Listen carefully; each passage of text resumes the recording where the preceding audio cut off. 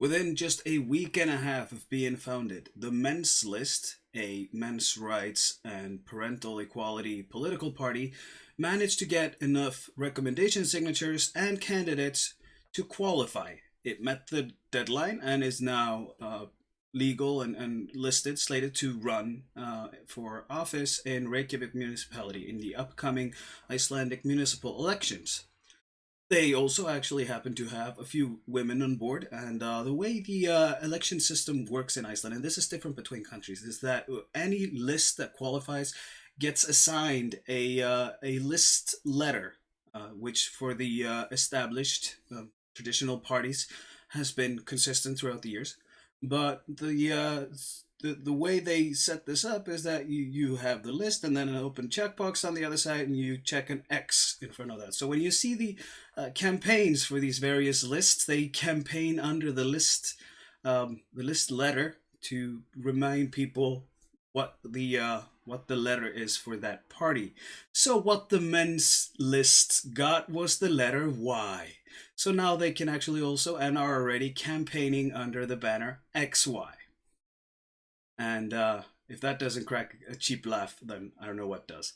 But at any rate, so as I previously mentioned, the men's list draws its name from what used to be the women's list back in the, I do believe, 80s and maybe into the 90s until it merged into the Social Democratic Alliance.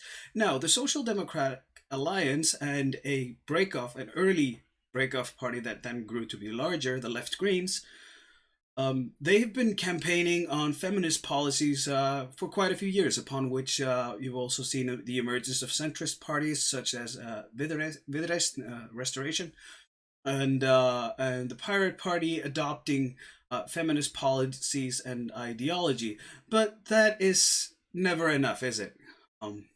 There are more parties I could mention. Bright Future, also feminist policies, and so forth and so on. But at any rate, this is never enough, is it? Well, clearly it isn't, because alongside the men's list, there is also Kvennahreyfingin, the women's movement, running on a heightened feminist platform, in spite of a public relations expert having recently come out and voiced in a public panel discussion on television, I believe, on the subject that she deemed there was no market for a special women's movement.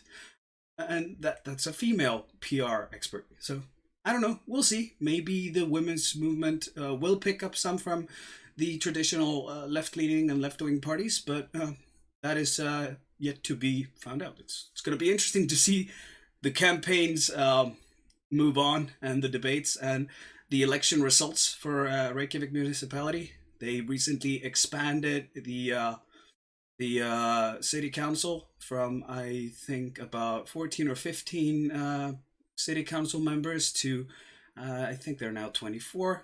Don't quote me quite accurately on that. I'm not that deeply involved in this stuff. But at any rate, they now have 16 different lists and different parties running. Most of them on the left or center.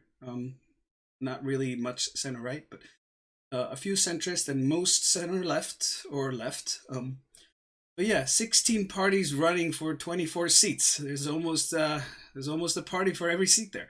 So that'll be very, very interesting, and we'll also see if they manage to get a governing coalition for the city.